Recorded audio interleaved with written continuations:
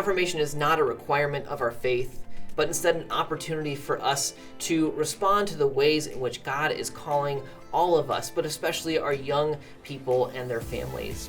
It's a way for us to fulfill the baptismal promises that we've made over these young people, to teach them the faith and to journey alongside them as they explore their faith. And so it's for this reason that we ask our families to make commitments to each other and to the church to be fully invested in this ministry as we journey together, just as they would make a commitment to any other activities our young people are a part of.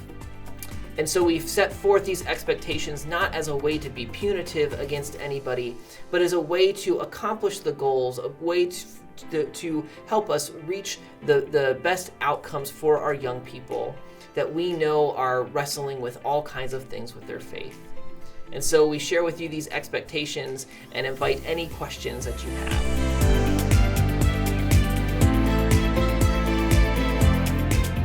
Showing up and participating is 90% of life, and confirmation is no different than that. And so we want our students to participate and be present when we gather. The expectation for attendance is that our students show up to their small group times. We have 7 small group times each semester, 14 over the course of a year, which is 50% of the time that we gather. So we're asking our students to participate 50% of the time. Of course, we hope they come for other things like our service activities and Sabbath days, but know that it is just the small groups that are part of the expectation. The more our students show up and participate, the more they are going to get out of this experience. Service is a key way that we express our faith and live it out. And so we've set the expectation of 10 service hours for our students with Lord of Life Ministries. So there's lots of service opportunities built into our ministry, as you have seen, and there's a lot of other ways that our students can serve here at Lord of Life. So whether it is serving with Gracing Spaces or with our Thanksgiving baskets or any other way, our students are welcome to serve in those ways, to submit those hours, and if they serve with our ministry in the things that we have scheduled already, we will be tracking all those hours as well, but we expect that our students will do 10 hours of service with Lord of Life here. Worship is a primary expression of our faith, and so we want our students to experience worship, to be actively involved in worship as a way to learn about the talents that they have, the ways that they can give back, the ways that they can praise and celebrate God, and the ways that God shows up.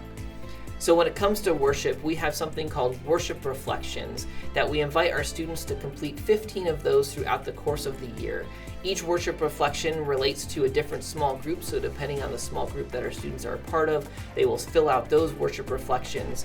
They can worship with us either online via our live stream or in person at either our Fairfax or Clifton campus and complete those worship reflections. Those worship reflections we will go back to when we meet in small groups, and so our students will have opportunities to get responses to what they have experienced in worship.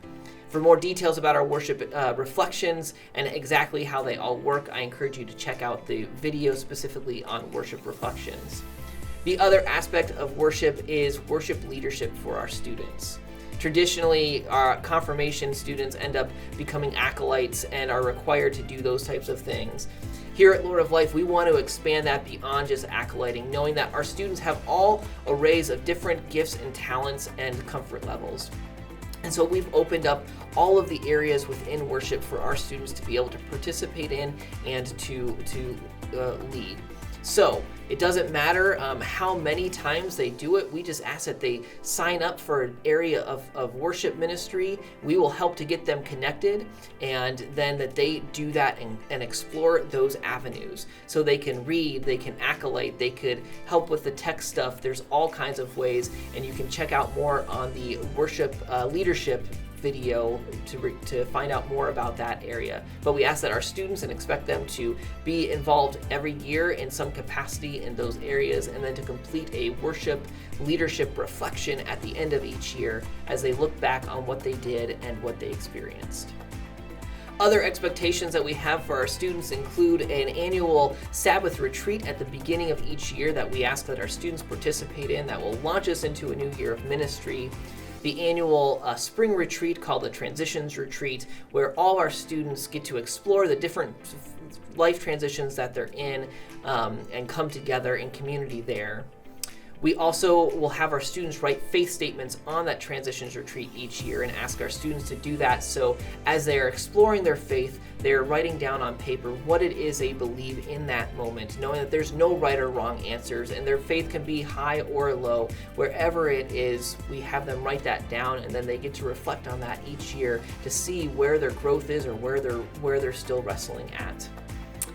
We also expect that our students know the Apostles' Creed. The reality is, over the course of 3 years with us, they will know it because we will say it regularly. But part of the affirmation of baptism worship service is them together as a community saying the Apostles' Creed together. And so we expect them to be able to do that as part of a community. And finally, we will have confirmation interviews at the end of our students' 8th grade year, not as a way to see if they're prepared for confirmation, because we know if they've been on this journey with us, they are fully prepared to affirm their faith, but as a way to look back on the journey, to reflect back on their experience that they've had over the past couple of years, and to share that, and to also to explore how they're going to continue forward in that journey. The confirmation interview questions will be provided beforehand, and it's not meant to be anything scary or anything like that for our students, just a way to reflect back on their experience in confirmation. Again, these expectations are not meant to be punitive in any way, shape, or form. We just believe that if our students are able to fulfill these expectations, they will be fully prepared and confident in being able to affirm their faith, whatever that looks like, come the end of their 8th grade year. And so again, we ask for our families to make this commitment to be on this journey with us. The more that our students put into it, the more they are certainly going to get out of it. We know that this is a partnership, and there's going to be points in life and struggles where we can't commit or make all of these commitments. And so I just ask that you be in communication with me, and we'll work through any type of issues that we have in scheduling or whatever. There's lots and lots of grace in this system, and so if you are in communication with me and the other leaders, we'll make sure that we can find win-wins in this situation to make sure that our students are cared for and loved throughout this whole process. So thank you for making the commitment to being a part of this ministry and to upholding these expectations with all of us as we go on this journey together.